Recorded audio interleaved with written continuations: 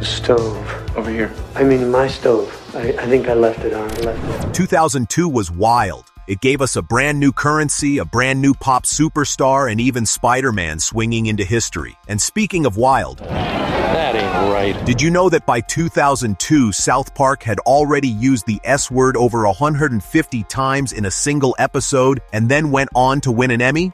Yep. Only in 2002 could wholesome Kelly Clarkson and foul-mouthed fourth graders both make TV history. The winner of American Idol 2002 is Kelly Clarkson. So, buckle up. Here are the 10 most epic moments of 2002. And trust me, you'll want to stick around until the end, because this year was packed with game changers. And before we dive in, don't forget to hit subscribe and ring that bell so you never miss one of our journeys back in time. 10. A new kind of superstar is born.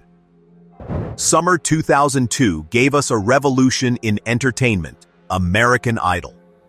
What started as just another TV show turned into a cultural juggernaut. Every week, millions tuned in to watch everyday people sing for their dreams, guided or roasted by judges Simon Cowell, Paula Abdul, and Randy Jackson. That audition was nowhere near good enough. It sounded terrible. Excuse me? On September 4th, the nation crowned its very first idol, Kelly Clarkson. Kelly, Justin, the winner of American Idol 2002 is Kelly Clarkson. Pretty much thinking, how am I gonna sing this next song while I'm crying? Her single, A Moment Like This, smashed a Billboard record previously held by the Beatles, and suddenly, reality TV wasn't just about drama. It could create real superstars. Clarkson's win didn't just change her life. It rewired pop culture and sparked the reality competition craze that still dominates our screens today. 9. Spider-Man redefines the superhero movie. Before 2002, superhero films were risky, often campy, and rarely taken seriously. That changed on May 3rd, when Sam Raimi's Spider-Man swung into theaters. With Tobey Maguire's vulnerable Peter Parker and Willem Dafoe's chilling Green Goblin, the film became the first movie ever to earn over $100 million in its opening weekend, eventually pulling in more than $821 million worldwide. Into the man he's going to become the rest of his life. Just be careful who you change into. Remember, with great power comes great responsibility. Coming so soon after 9/11, it hit differently. Audiences cheered seeing Spider-Man defend New York, a hero who felt human, relatable, and deeply needed at the time. Spider-Man laid the foundation for the Marvel boom that followed, showing that superhero stories could be massive, heartfelt blockbusters. 8. A nation held hostage, the DC sniper attacks. October 2002 brought fear to the streets of Washington, D.C. Over the course of 23 terrifying days, two snipers, John Allen Muhammad and Lee Boyd Malvo, randomly targeted innocent people. Victims were shot while shopping, pumping gas, or simply walking across a parking lot. Sitting on the front porch, it could be us, could be me, could be anybody. What's the matter with him? He just got shot. Is this the Ponderosa? Who is this? Don't say anything. Just listen. The killers, hiding in a blue Chevy Caprice, created a chilling sense of paranoia. Schools went into lockdown, outdoor activities were canceled, and daily routines suddenly felt dangerous. The nightmare ended on October 24th when the duo was caught sleeping in their car, but the attacks left behind a scar, a reminder of how fragile normal life can be when terror comes without warning. 7. The end of a vicious war. While fear spread in some parts of the world, hope was reborn in others. On January 18th, Sierra Leone finally declared an end to its 11-year civil war. Let's go! Move it! Let's go! This was one of the most brutal conflicts of the 20th century, marked by child soldiers, mass displacement, and unspeakable atrocities funded by blood diamonds. Over 50,000 people were killed and nearly half the population was uprooted.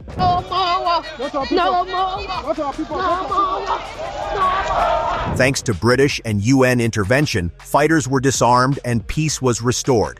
For Sierra Leone, 2002 marked the beginning of healing after over a decade of horror. 6. The axis of evil shapes a decade of foreign policy.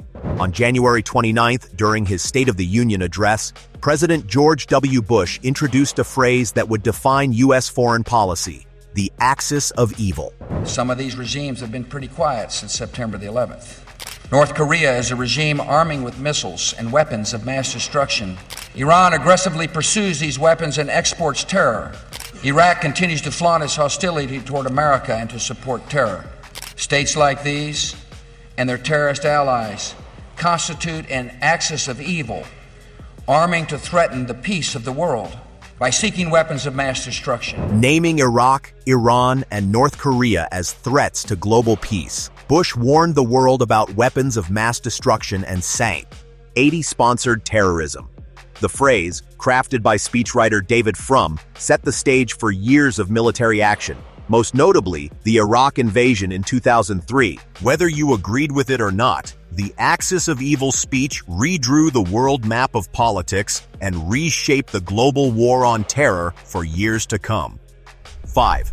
The World Cup makes history in Asia. For the first time ever, the FIFA World Cup came to Asia, co-hosted by Japan and South Korea.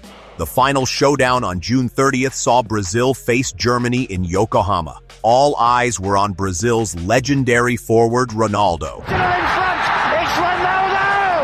After battling back from a career-threatening injury, he scored twice in the final, securing Brazil's 2-0 victory and a record-breaking 5th World Cup title. 2 for Brazil, and is that their 5th World Cup? The ball and sound the final whistle, and he does, scoring the 5th time. It wasn't just a sporting triumph, it was a story of redemption, unity, and the beautiful game reaching new corners of the globe. 4. Terror in Paradise. The Bali bombings. On October 12th, the island of Bali was shattered by one of the deadliest terrorist attacks of the decade. A suicide bomber detonated inside Paddy's pub, followed by a massive car bomb outside the Sari Club. Guys, this is horrendous. I've never seen anything like it. It's huge, it's scary. People are burnt everywhere. There's people dead.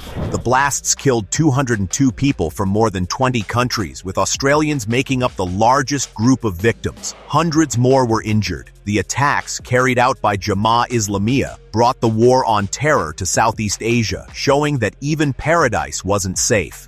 3. A post-9/11 Olympics. February 2002 saw the Winter Olympics unfold in Salt Lake City under unprecedented security.